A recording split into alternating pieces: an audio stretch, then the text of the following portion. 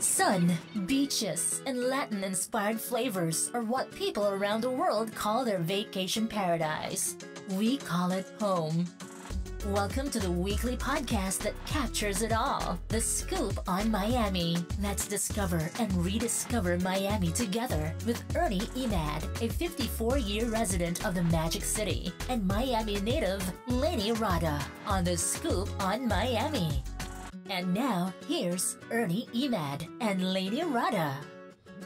Welcome to The Scoop on Miami. Every Friday we're live around 1 o'clock. Around. Absolutely. I'm Ernie Emad, the host and the broker owner of One Premier International, along with my co-host. I'm Laney Rada, leading edge broker associate at Douglas Elliman. And welcome. We're so glad to have you along this week. It's episode number 11. We're almost into 2 months of the podcast, and we're very excited. Laney, what do you have? Well, today we have all kinds of things. Very colorful show. So colorful people, colorful places. Absolutely. You're not kidding. Places to enjoy right here in our town. So we start every week with an inspirational quote. Yes. And let's go ahead and go with an inspirational quote this week from Laney Rada. I'm going to say we have a right to choose our attitude. And that's written by Viktor Frankl, who wrote a great book that you might want to read in these times. Very important book. That's a great quote, because the only thing we don't have the right to choose is our parents. Everything from there on, we get to choose, right? And some of these choices are good and some are not bad. But one of the inspirational quotes is, it's not a failure unless we learn from it. So learning from past mistakes and so forth is also very important. And then we go on to the Miami Rewind. But before we do that, how was your week? My week has been really exciting because I've been looking forward to this show because we have fantastic guests. They contribute a lot to our city. They make a really big difference. And they really do. So we want you to know all about them. And it's two sides of the spectrum on today's show, so you're going to get a little bit about everything. Every week, we go a little bit back and learn something new about Miami. It's called the Miami Rewind segment with Laney Rada, and we're going to take you back to when something started. Would you like a lead-in into today's Miami Rewind? Well, I think everything's connected here because of the neighborhood we're going to talk about and the medium, and then we talk to a person who's an expert at that, and then somebody else who started in this neighborhood. So it's all together, and you'll see why. Just listen. Here's Miami Rewind with Laney Rada. It's time to take a look back with Laney Rada. Miami Rewind. Today we talk about the place with the largest display of street art in the world. Locals will guess the name instantly. The neighborhood is named Wynwwod, and it has been a unique place since the 1920s. It has always been colorful, but in different ways. It is bordered by Southwest 36th Street and Southwest 20th Streets. The oldest street in Miami, Northeast 2nd Avenue, runs through it. It was predominantly a Puerto Rican neighborhood. They came here to work on farms. It has a unique pre-Mediterranean and Belvedere bungalow architecture. In the late 50s, the Cuban seamstresses came to work in the garment warehouses. In the 90s, the South Koreans brought the industrial businesses. There was a Coca-Cola bottling plant, orange juice, Royal Crown Cola, and new grape soda. A middle school came along with auto shops, a shelter, and thrift stores. Little San Juan is north of 29th Street. A lady named Dorothy Quintana moved from New York and lived there over 100 years as the political neighborhood boss. Her house is across the street from the bakehouse. The earliest bilingual school opened there in 1960. It was a heavily Spanish-speaking neighborhood. San Juan Bautista Roman Catholic Church is found there. The big park is named after the great baseball player Roberto Clemente. He died in a plane crash. The bakehouse was Merida Bakery, and in 1986, it transformed into a big art gallery like you enjoy it today. Back then, I was approached to lease the spaces, and I decided not to get involved because of the surrounding neighborhood. I have a slight regret about that. By the 1990s, the area had gangs and drug dealers, and a youth riot occurred. The bakehouse was the first wall art. The late, great Purvis Young's work can still be seen there. Then came the local personal collectors, the Rubels and Marty Margulies. They invested in huge warehouses for their extensive collections. They set the stage for Tony Goldman by the early 2000s. Goldman brought his success from South Beach, and the area began to transform. Goldman opened the first restaurant, Joey's, which is still there. He passed away in 2012. Trying to bring people at nighttime was a challenge.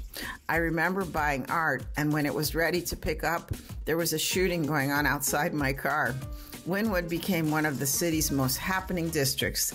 It is a free outdoor museum. Art Basel was the catalyst to bring maximum attention.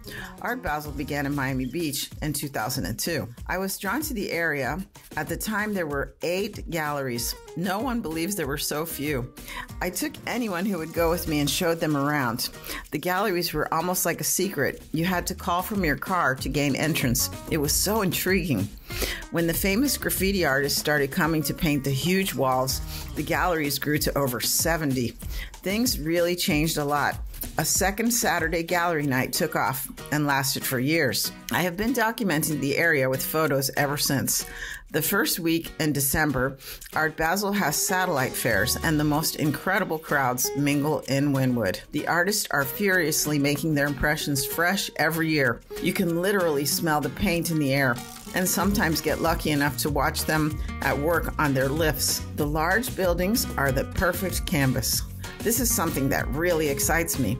I go on my annual photo shoot safaris during Thanksgiving to capture the changes. This is not defacing property anymore. To name a few recognized artists, they are David Cho, Atomik, Chore Boogie, Lady Pink, Retina, Kenny Sharf, Aiko, Crave, Abstract, and Shepard Fairey. The work is awe-inspiring. The details and the scale are impressive, evolving with fantasy-inspired subject matter and abstract shapes. The artists are now encouraged to paint, commissioned, and generously financed. The warehouse and bottling plants have become craft breweries, bakeries with lines outside, chic clothing stores, stylish bistros, and late-night bars. The blue-striped Derissa building, where I got my fancy dresses as a kid, is still there. The place swarms with locals and tourists alike. It has the best photo opportunities. This business improvement district continues to reinvent itself. The old and the new are side by side. The development and investment of the wealthy has kept the area alive, but rents have soared, so it has displaced many of the early artists and gallerists who gave this new life. It is still a must-see destination with something for everyone. That's the scoop.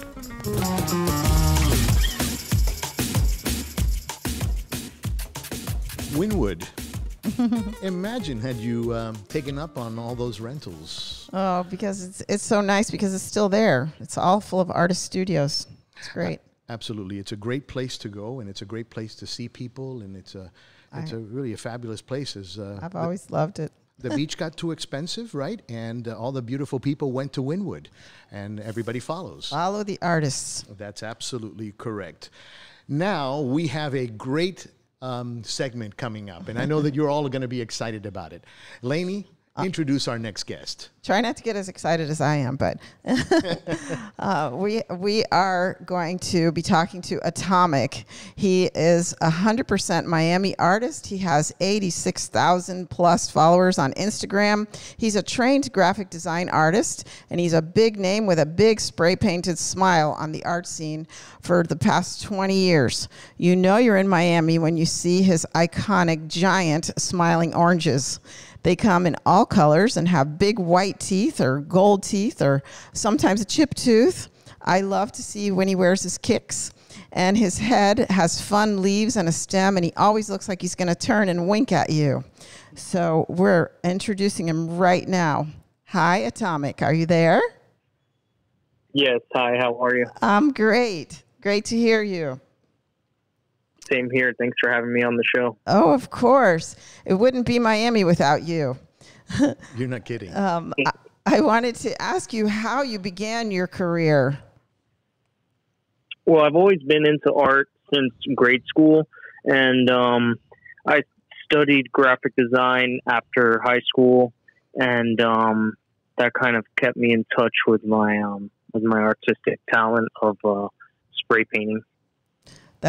Do you think is it something that you feel compelled to do? Do you want to do it all the time? Do you just always looking for some place to go? Yeah, I'm very involved in my craft of spray painting murals. It's almost something that I have to do every day or every other day. Wow, that's a lot. That's more than I thought. How did you get your name Atomik? One of my friends gave me the tag Atom, Atom, and there was a few other artists using that name or moniker, and I added on the IC or the IK and changed it to Atomik. Oh, great! I think it's a good name. I guess you like it since you decided to keep it up. I do like the name, yes. Yeah, it's explosive. Can you talk about the MSG crew? Yes, MSG crew is a great collective of artists from South Florida that started in 1994, 1995. And I would say that I'm second or third generation of the crew. There was several waves of artists that came before me and established the name and the quality and the overall message from the crew. And now there's probably, I'd say 24 or 30 active working artists or members in the crew or the collective. And it's great. If you look us up, you'll see a wide variety and array of different styles and techniques and talents that we paint and do all sorts of different mediums. Oh, great. Okay. I really, really want to know, how did you get inspired to make this orange? The orange inspiration came from the Miami Orange Bowl, from the demolition in 2007, and they completed it in 2008. And I used to go to the stadium as a young child and then a young adult. And I wasn't necessarily thrilled that they were demolishing it and just doing away with 70 plus years of history. So it was a memorial to the Miami Orange Bowl, which was a football stadium in Little Havana, just east of, or just west of downtown Miami. And we all know what we placed. Orange was the mascot. Yes, it got it's perfect. placed over there in Miami Gardens. Yeah. Or now there's actually a baseball stadium there, the Marlins ballpark. But the mascot of the Orange Bowl was a character named Obie, O-B-I-E. And that's where I drew my inspiration from, the second version of Obie. There's a first version that they used early on, and then the second version is where I was directly inspired for my character. Oh, that's so exciting. We talked about the Orange Bowl recently because of Don Shula passing. So this is a perfect fit. So does this orange is just as prevalent in Miami as palm trees. I was wondering if he has a name. So do you even though he's inspired by Obie, do you call him something? No, the orange doesn't have a name. Okay. If it was to be named something, it would just be under my artist name. Yeah, okay. Do you have any idea how many of them you have painted? I would say 5,000 more or less. I could be way off, but I counted maybe 5 to 7 years ago, and it was around 2,500. And I think that I've painted quite a few of them. They're so great. With 86,000 followers, I'm sure it's a great contest to name the orange. For sure. Many people tell me that they go to Wynwwod or they drive around the city and play the game of Find Atomik or Find the Orange, or almost fabulous. like a Where's Waldo. But yeah, Interesting. Yes, because they are in really unique places. I was wondering if because it's like incredible to me. They're so high and low, and they're like in an alley. They're all over the place, which is something that I love about it. And I wondered if there's a story about, if you ever gotten caught, or because he pops up so many places. I can imagine you crawling into these forbidden places.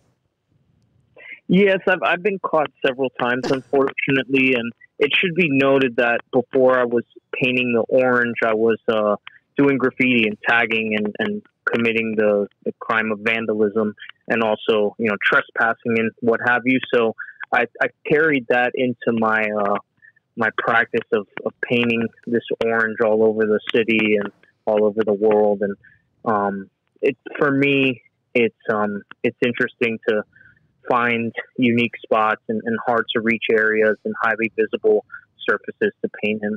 This is very obvious. And what other countries has he found? I've been to a lot of countries. I could just list them off. I've been to Spain and Italy and Holland. I've been to England and Germany, Portugal. Let's see. I've been to Turkey. I've been to Israel. I've been to Japan and Thailand, and South Korea and Hong Kong. I've been to Australia and Africa, and I've been to Brazil and were these commissioned? Peru. And were these actually commissioned trips? No. Only I would say that really only 2 of the times that I've traveled have been paid for. Okay. And I do this all out of my own pocket. I'm basically hooked on traveling and painting the world. So I've probably painted in over 35 different countries. Wow.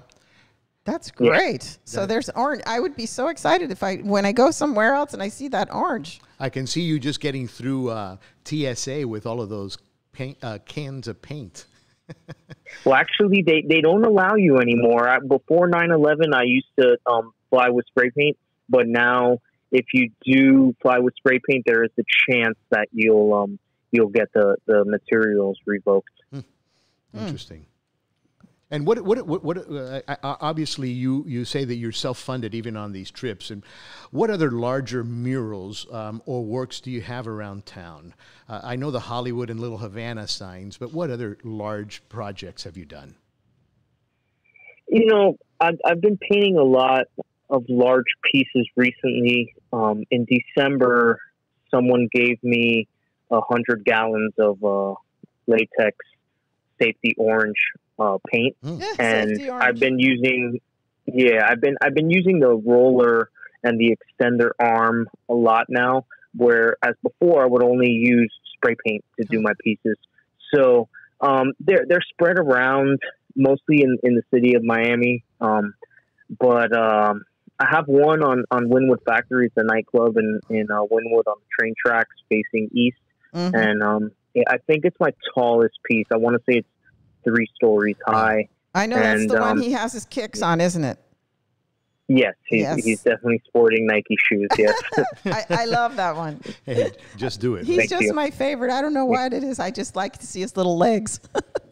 For sure. Atomik, let me ask you, what is your favorite medium to work with? I noticed that I found objects, but also some huge ones.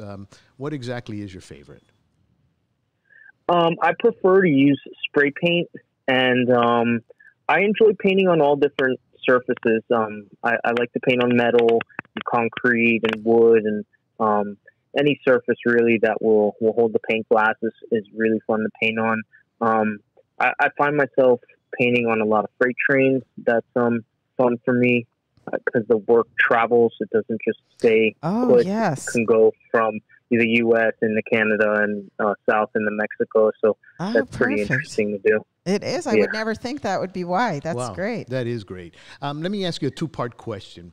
What is your favorite? What has been your favorite project? And what do you like to do on your spare time? My favorite project, I would have to say, is my last major collaboration. It was with a streetwear brand based out of Japan called Extra Large, and they produced a variety of garment, and there were some basketballs that they made, and it was really fun to work with them and have my work on collaboration with their brand.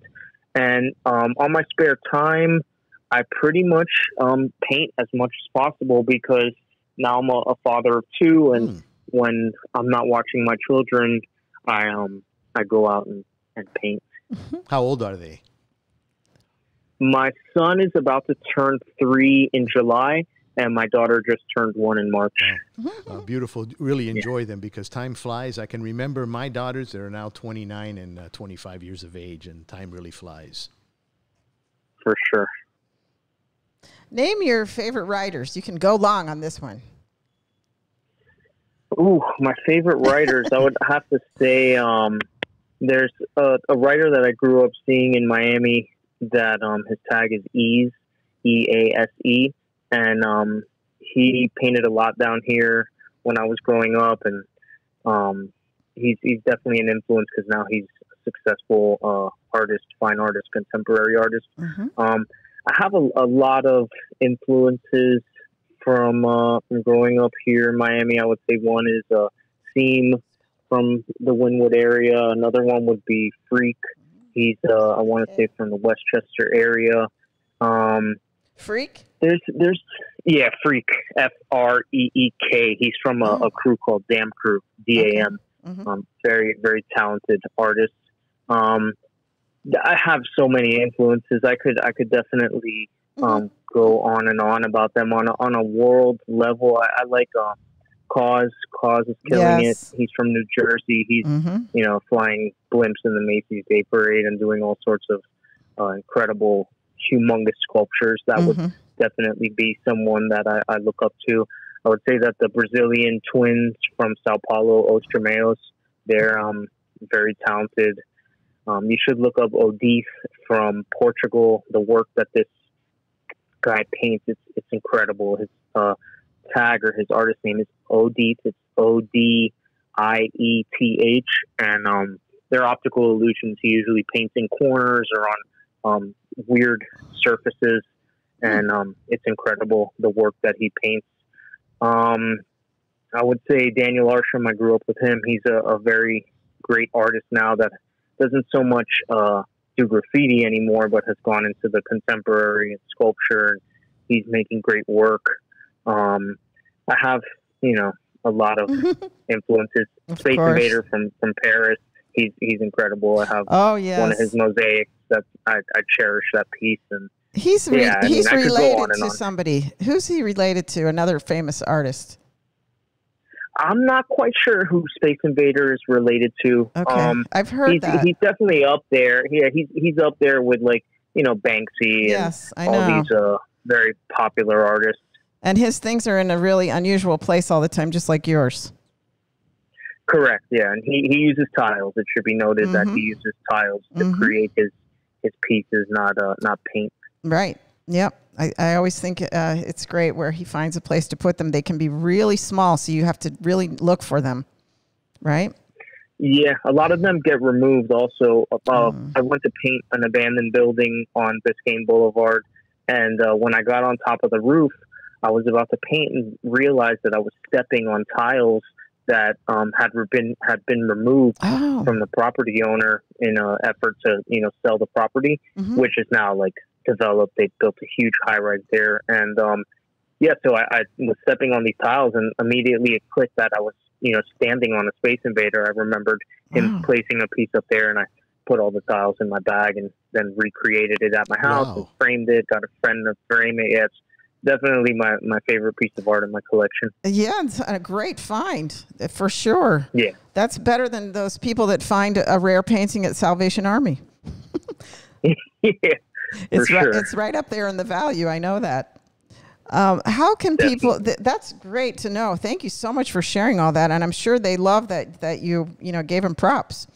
How can people reach you to buy your work? What kind of things are available to purchase? The best way to contact me is through Instagram at Atomiko. It's ATOMIKO, and there's a link to my website there, and you could send me a direct message or send me an email I can do a testimonial that it worked for me. That's how I got you. I wonder how many celebrities in Miami would love to be oranged, meaning kind of convert them into an orange piece. Where it still has the characteristics of their face and so forth, and it has your Atomik touch to it and do some kind of fundraising. Probably a lot of celebrities would be willing to do something like that. Yeah, that would be fun. It would be a lot of fun. And what other things where can people buy things? Because I've seen your work on art sites, but I know that's probably more profitable to go directly to you.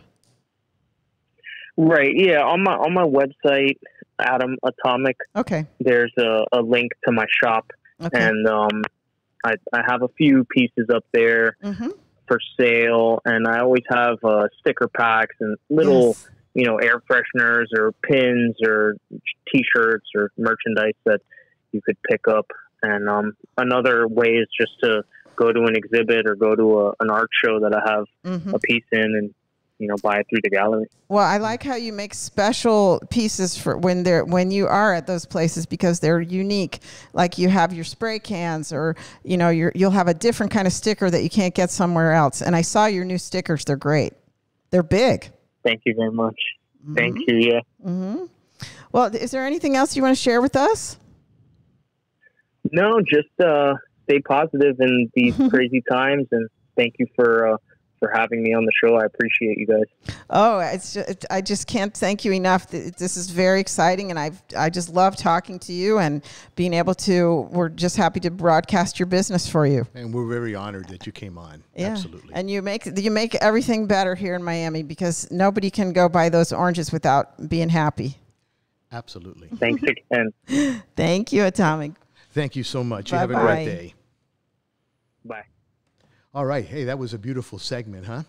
Yes, it was really fun to talk to him. That you always get more information because you don't get to talk to them if you just ran. First of all, no one knows what they look like for the most part for all the graffiti artists. And then also, if they're busy painting, you can't climb up at the top of the building and talk to them. So you don't have a lot of access to them. They're hard to come by. So that was really special. And that's why I ended up talking about Wynwwod today. Yeah, that was beautiful. Together. It's a very good tie-in. Absolutely. Hey, look, when we come back, we're going to have Oh Miami on, correct? Yes. And Laney Rada's 305's Hidden Treasure still to come. Stay with us here on The Scoop on Miami. Still to come on The Scoop on Miami is the 305's Hidden Treasure. Still considering coming on our show? Hear what our guests have to say about us. Hi, good afternoon. First of all, I just want to start by saying that was a beautiful segment. Very well done. Thank you. Very, very nice and very active. Thank you so much for celebrating the ball and chain and highlighting. Thany you so much. The Coyote story. Bernie and Laney, I just want to thank you guys for everything you're doing for the community and the podcast. I know it's just a fantastic job that you guys are doing. And I know that you're doing this right out of the bottom of your heart to promote small business and Miami business and Miami in general. And it's such a wonderful. It's so wonderful to be here with you today. I mean, here you are doing all this, and never once have you come up to me or any of the, I guess, all the other people and asked for anything. You're just doing it for the community to get out there, to get the YouTube channel going, and it's just fantastic work. So thank you so much.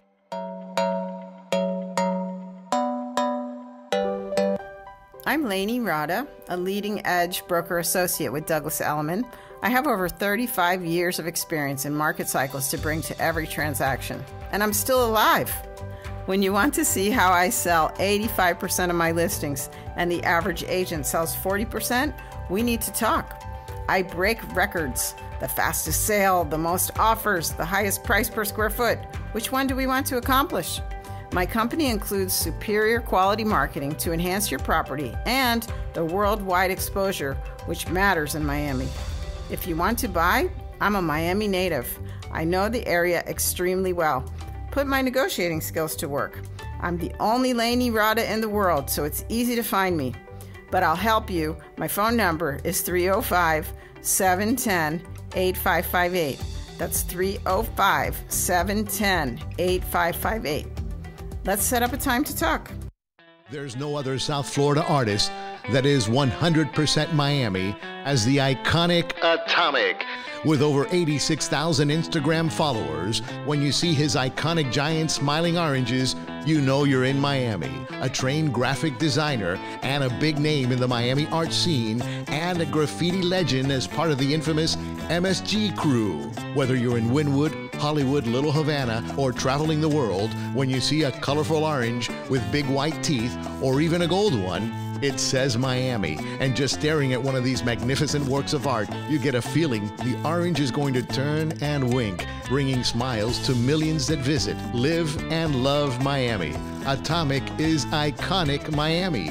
Visit atomatomic.com or follow him on Instagram at Atomico.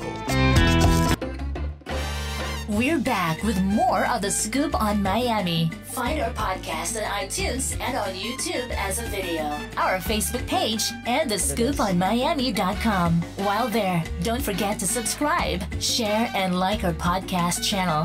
And now, here's Ernie Enac and Laney Rada. All right, welcome back to the Scoop on Miami, live at Scoop on Miami on Facebook. It'll be turned into a podcast later today. You can catch us on iTunes, Spotify, and everywhere you go to your favorite podcast. Don't forget to share, like, and we love to hear your comments. Yes, definitely. So before we introduce our guest, I wanted to just give you a sample of an experience that I had with their group with O Miami. The first time that I encountered them was actually in Wynwwod, and they had set up on a second Saturday gallery night just old-fashioned Royal typewriters in the street, and you just went up to them and they made up something right on the spot. So I have saved this poem, which is with the little old-fashioned typewriter keys that's so special on a little piece of paper, for about 10 years. And so I wanted to share that here before we introduce their whole organization, which is, I think, just fantastic. So they took a look at you and wrote a poem. Mm-hmm. Take a listen to this, and then... Fishnet stockings, spiderless web, high-tension lines crossed, electricity released up the leg, dead-ending in you-know-where. They're like a kind of jail you want to get stuck in, a trap thrown on the willing, a maze with no monster at the center, just a treat. The whole of human history can't compare to the stories in one pair well-worn. Do you doubt that women rule the world? Unfocus your eyes and stare into the pattern. Written by PSC.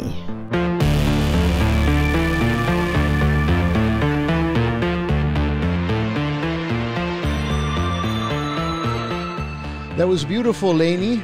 Absolutely. It's a keeper. You're not kidding.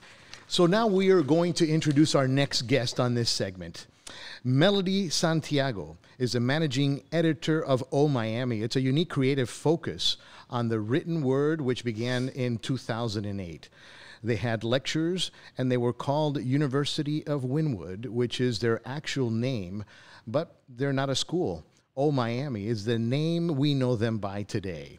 They built a community by reimagining and documenting Miami through literature. On the telephone right now is Melody Santiago. Good afternoon. Hello there. Thank you for having me. Oh, we are so pleased to have you here. And obviously, Laney and you guys go back a long way.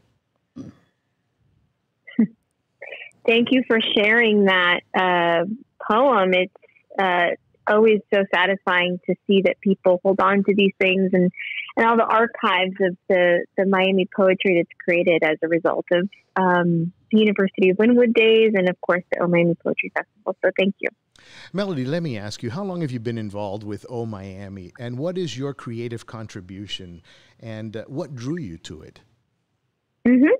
So I came on board in 2013. It's been now 7.5 years.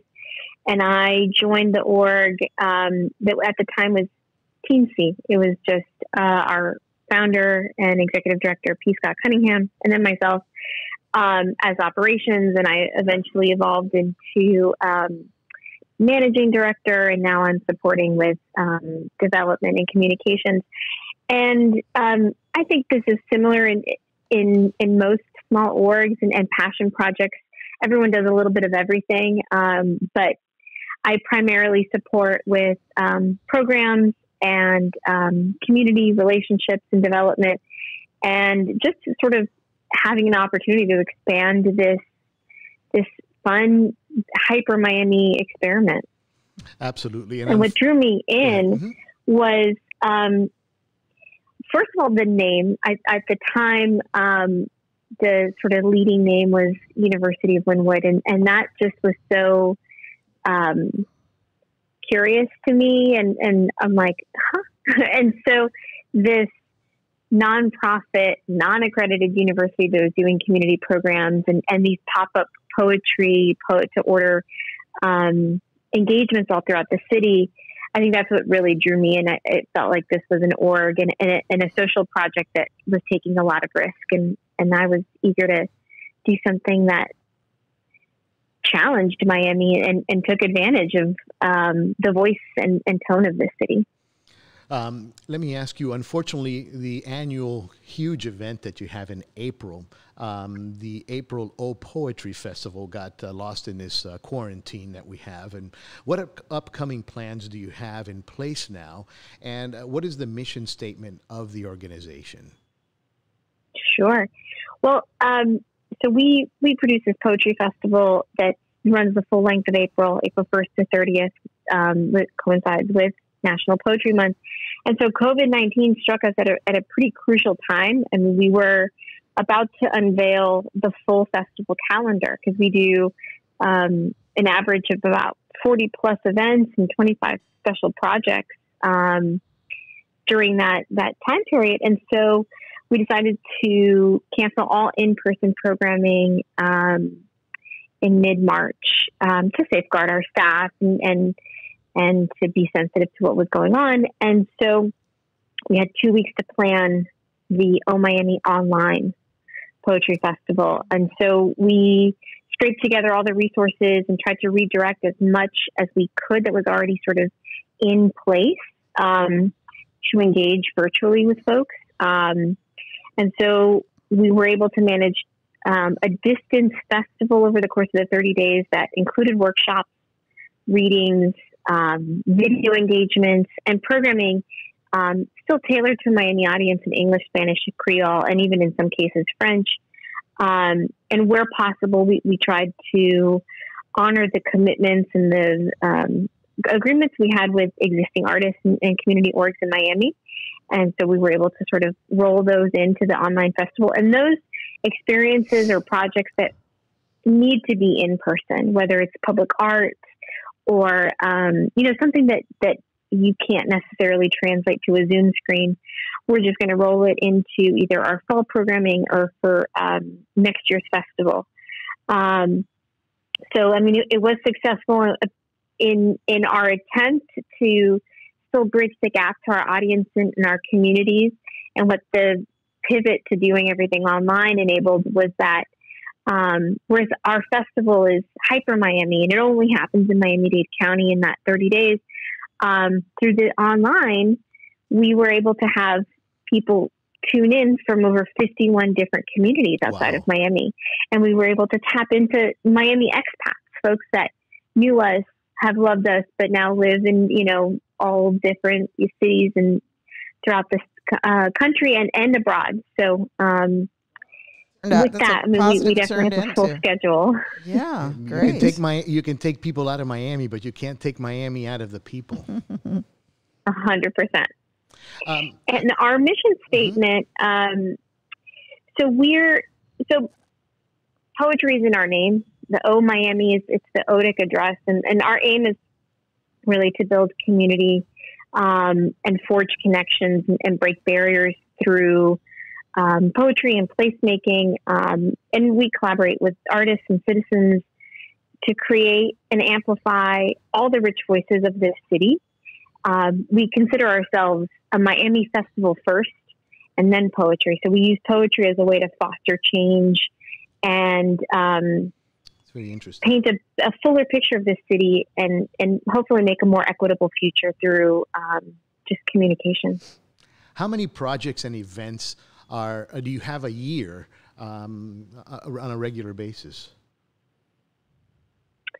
So we started off as just being an April-based festival, and we would sprinkle engagements here and there, but we've been able to expand both our partnerships, our team, and so year round, we're clocking in at almost 80 to over 100 programs in the course of a calendar year, because the O Miami Poetry Festival is still sort of the high watermark for us of programming and reaching, and in one fell swoop in April, we can have over 60 events sometimes. But now we've expanded to being involved in the community, in classrooms, through the prison system, and in support of the Miami-Dade School District, and working in classrooms and with teachers. So we do a lot with a small group. We kind of consider ourselves to be like a prime example of small and mighty. That is incredible. Absolutely. Let me ask you one more question here before I turn it over to Laney. The projects involve so many different types and ages of people, from recipes to love letters, and if toasters could talk, from elementary schools, like you said, to prisons, and you've created as many as 80 functions per year. That is, how many people are involved with O Miami to make all of this happen? Our core staff is about 5, and thankfully, I mean, I don't think we'd have been able to survive when it was just Scott and myself, and we have an amazing team of Caroline Cabrera, who works with us to expand and teach our poetry programs in the classroom and expand our education. We have an amazing project coordinator and video editor and storyteller named Melissa Gomez, who's joined us now. It's been almost 2 years to really kind of expand our reach in the digital platforms through video. We have an amazing grant writer, Amancio Paradella, and he's been with us for years to help with our sustainability.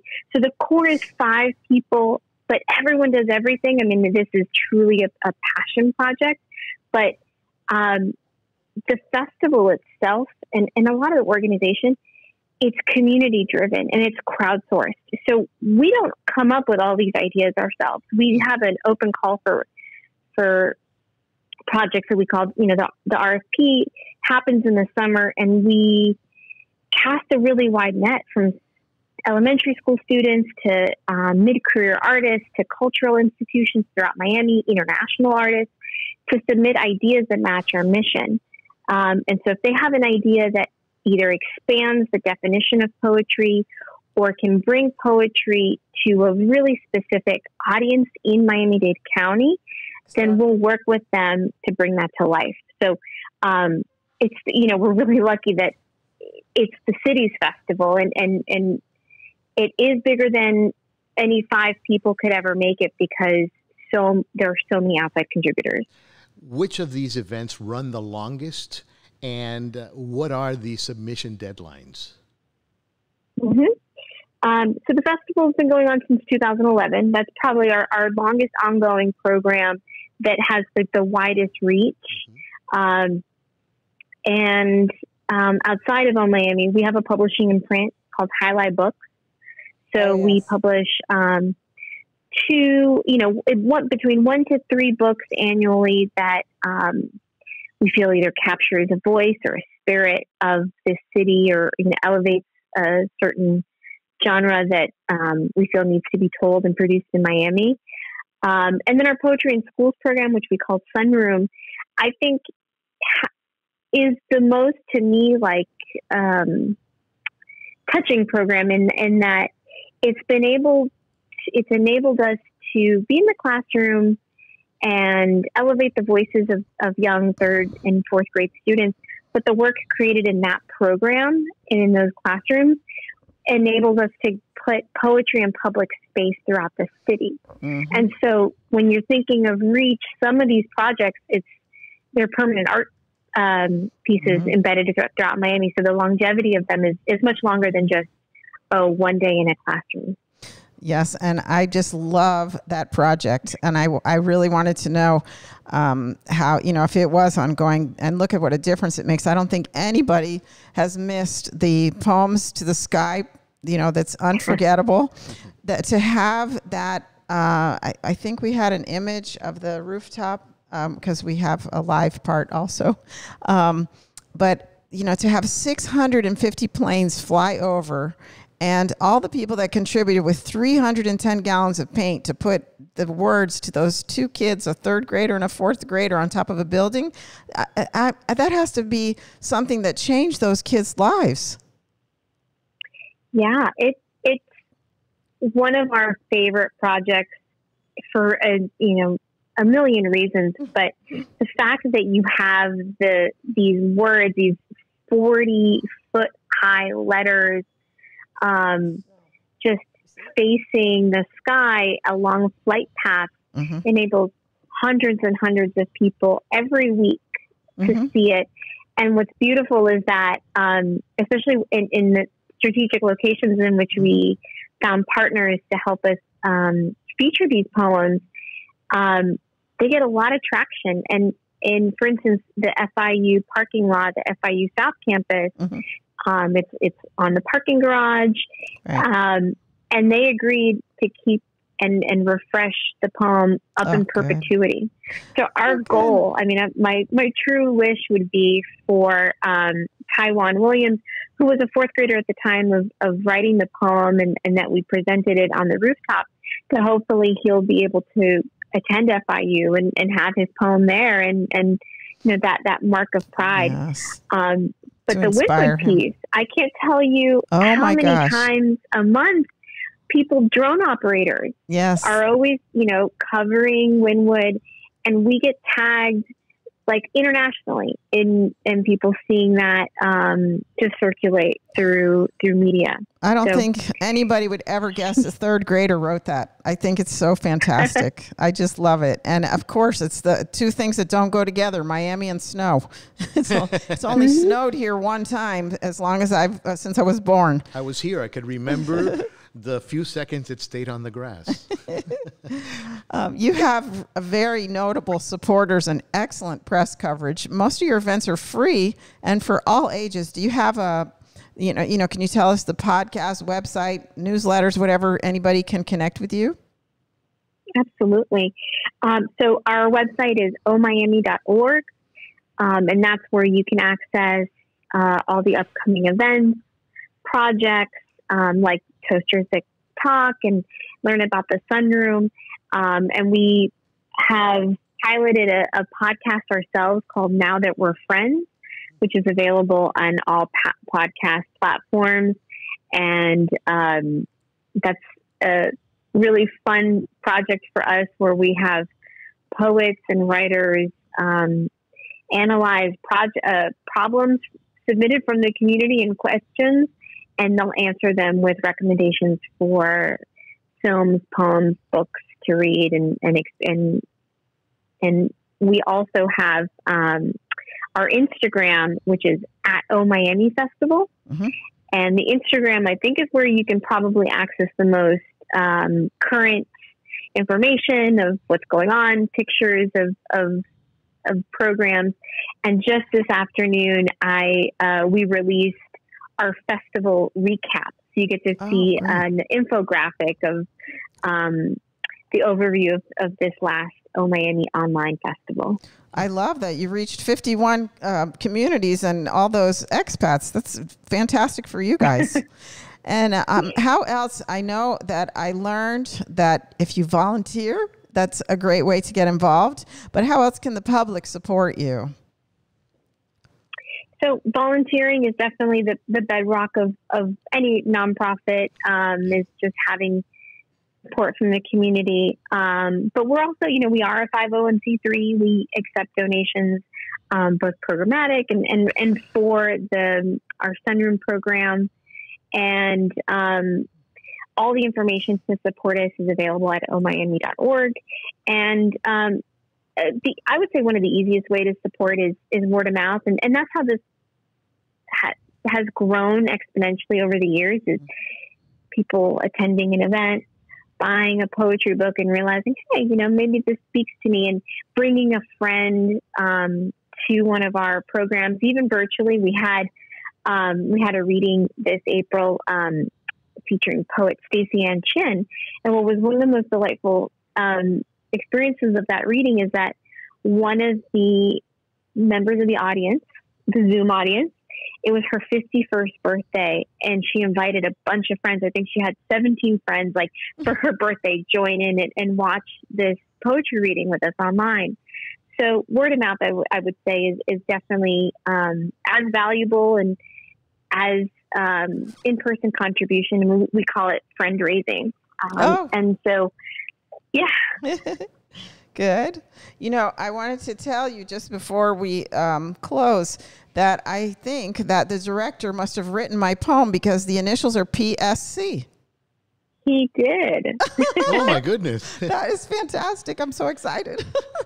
I'm excited to listen to it again. Yeah. So it's just great. Well, I wanted to ask you also how you're doing, because I know you're very pregnant. Thank you. Yes. 7.5 months. I'm doing great. This baby's been really easy to carry. And, pandemic pregnancy, a little bit unorthodox, but I'm happy to be home and comfortable, and good. Things are going well, so thank you. Good. I'm glad. We just can't thank you enough for being a part of our show, and we love to give back. And this is, like you said, we're doing the ultimate friend raising here. Yes, we are. Yeah. So thank you so much, Melody. It's been really nice talking to you and learning more about this, because there's just so much going on, and your website is fantastic. Everybody can see the videos and all the examples of the things that we just talked about. Thank you so much. It's been a pleasure. Thank you so much. You have a great day. Beautiful. That's a great segment. Absolutely. Laney does it again. Fabulous. So when we come back, we're going to do the 305's Hidden Treasures. You won't want to miss that, because you'll know exactly which one it is.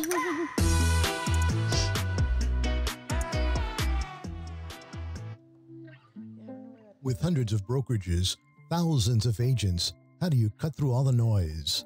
One Premier International Realty, a boutique real estate brokerage located in Coral Gables, doing business the old-fashioned way, putting people first. Buying, selling, or leasing residential and commercial properties in Miami-Dade, Broward, and Monroe counties? One Premier International provides each customer a high level of service and communication experience, with full-time agents from around the world bringing their unique sense of business skills and a foreign customer base. One Premier International Realty. You've heard of private banking. Now experience private brokerage, a higher level of service and knowledge. One Premier International Realty, 305-669-0233, or go online to www.onepremierinternational.com.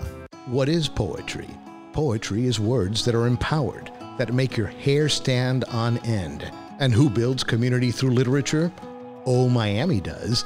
In fact, the New York Times writes, if you live in Miami and do not read, recite, or listen to a poem in April, something has gone seriously wrong. Based at the Betsy Hotel on Miami Beach and funded by the John S. and James L. Knight Foundation, Oh Miami produces a world-class poetry festival, a publishing imprint, educational, and a podcast to expand access to literature in Miami by rethinking the role of literary arts in society. NPR says it's unlike any festival you've ever heard of, and New Times voted it the best festival in Miami and the best place to meet intelligent men. Oh Poetry's annual festival. The name Oh Miami doesn't say poetry.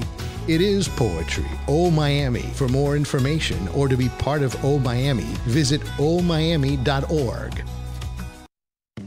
What's better than a donut? A gourmet donut. And there's only one place to get the most authentic gourmet experience.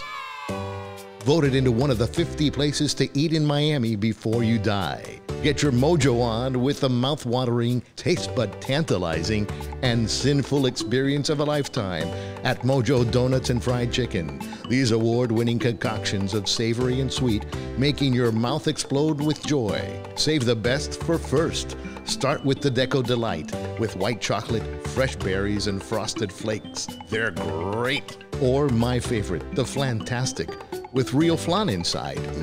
If it's good enough for J-Lo, Mojo Donuts and Fried Chicken, offering sit-down and takeout services 7 days a week at 8870 Bird Road. Call 305-223-MOJO. That's 305-223-6656, or visit mojodonuts.com. Mojo, DONUTS.com. From this moment on, consumers will expect it and sellers will demand it. Cinematic video walkthroughs for all of your listings. Professional photography, cinematic video walkthroughs, on-camera video tours, and professional voiceover narration. I'm Ernie Emad, head of BlueHourStudios.com. Blue Hour Studios is a progressive visual and audio powerhouse, producing high-end video and audio productions. Become an expert in your field with a professionally produced podcast from our studio in Coral Gables. Call Blue Hour Studios today to elevate your image and voice. BlueHourStudios.com.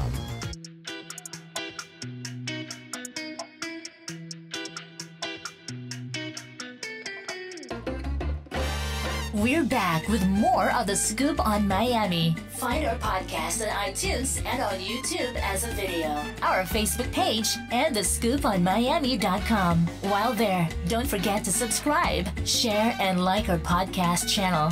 And now, here's Ernie Emad and Laney Rada. Whatever. Okay, we are back. I wanted to give a shout out to my very special friend, Dr. Paul George, who is the resident historian at the History Miami Museum, who I made friends with purposefully. I have been on more of his tours than any person I have met so far, but he has a lot of them, and I have been following him and going on all his tours for 20, probably 21 years. So I always think about him every time I do the show because there's nobody like him. He's got all the info. So I just have bits and pieces, but he's a great friend and a supporter. Well, Doctor, you have somebody chasing you right up your tail because you are so knowledgeable about Miami. And give us the entire bill of goods with this Miami's 305's hidden treasure. Oh, well, it's just, I thought about this place this week because finally the beaches in Miami are going to open on June 1st, and we'll see how that goes because this is all touch and go with all the different regulations and all that everybody's aware of. But this is one of the quietest, prettiest, cleanest beaches that we have, so I wanted to draw your attention to a special place there. I'm glad you also said the Spanish version of today's 305's Hidden Treasures.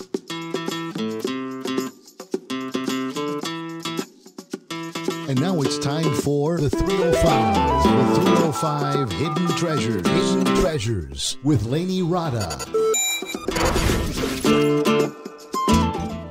Often ranked as one of the 10 best beaches nationwide, Bilbag's 400-acre national park is the place to find Cape Florida, named by Ponce de Leon during his first Spanish expedition to Florida in 1513. It is found at the southernmost tip of Key Biscayne. Today's hidden treasure is the Cape Florida Lighthouse. The lighthouse guided sailors around the reef. This cultural landmark is the oldest structure in Miami, erected in 1825 and added to the National Registry of Historic Places. It has survived 200 years of erosions, dozens of hurricanes, an attack of the Seminole Native Army, Civil War battles, an explosion of lantern oil and gunpowder, and harrowing and heroic times. The lighthouse is 65 feet tall and had wooden stairs to serve as a lookout for pirates. Built to save lives and ships, the light also beckoned others to this avenue of escape. Billbags Park was where Seminole Indians secretly gathered to remain in their Florida home. Runaway slaves and black Seminoles gathered there before taking safe passage to the British Bahamas. 11 years after opening, a lightkeeper came. They were the first American family to live in Key Biscayne. Seminoles attacked, burning the wood and pillaging the cottage. Florida seceded from the Union in 1860. It was damaged again by Southern sympathizers. It has been in and out of service 100 years in its time.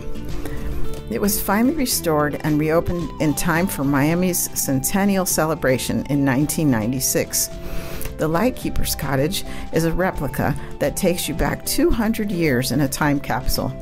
The park is a state recreation area, so it's enjoyed by boaters, kayakers, bike riders, fishing off the seawall, and on foot. There's plenty to do, see, and enjoy here with many accommodations and rental services. Lighthouse tours are twice a day. There are 109 steps to climb to get to the most breathtaking views toward every direction of the city, accompanied by tales of sinking ships to carry you away. Billbags is a public park, but you can actually rent time and privacy to include the lighthouse on your special occasion. El Farito, as the Spanish speakers call it, is waiting to take you back to the original history of our shores. It is always a beautiful day at Billbags.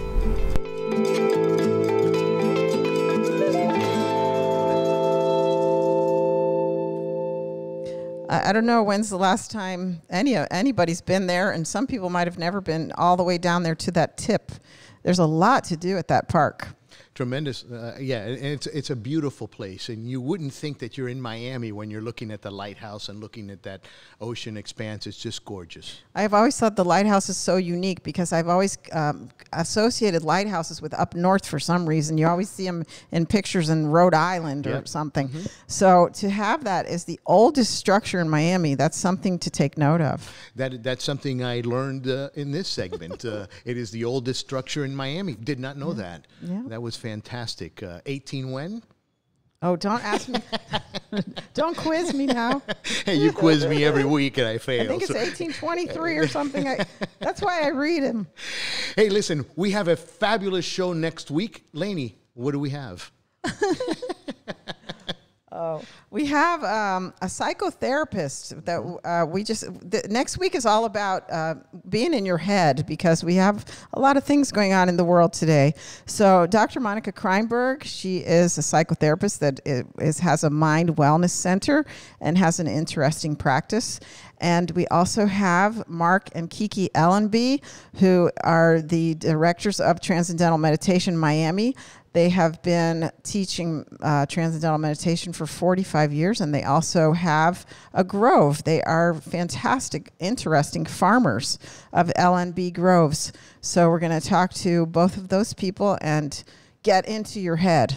And don't forget Miami Rewind, Laney Rada's 305's Hidden Treasure, and a host of other great things. We are so excited. Week number 11. Don't forget to look us up as a podcast on iTunes, Spotify. Ask Alexa to play The Scoop on Miami. Mm-hmm. Go to thescooponmiami.com. You could see all of our episodes there. You can listen to the episodes as well, and you can always go to the guest links pages, where every single guest that we have here has a link to their webpage, their phone numbers, so you can get a hold of them if you weren't able to do that. And you can leave your comments as well. Anything else you want to touch on? That's it. My friend Jack told me that I should have a tip jar.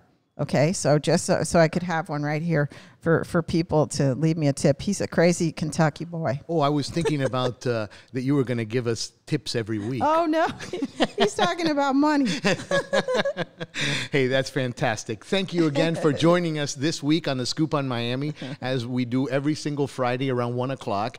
And again, as a podcast later today on iTunes, you can go and watch this on scooponmiami.com and also on our YouTube page. Yes, thank you so much. Thank you. Take care, everyone. We hope you were entertained, informed, enriched, and proud to live in Miami. We have come to the end of another episode of The Scoop on Miami with your host, Ernie Emad, broker, owner of One Premier International Realty, and Laney Rada, a leading-edge broker associate with Douglas Elliman, Thank you for riding alongside our journey. If you know of a special person doing wonderful things in our community or want your business featured, visit thescooponmiami.com and contact us. Find The Scoop on Miami on iTunes. Subscribe, share, and like our podcast channel. While there, leave a comment. We'd love to know what you think. And now you have The Scoop on Miami.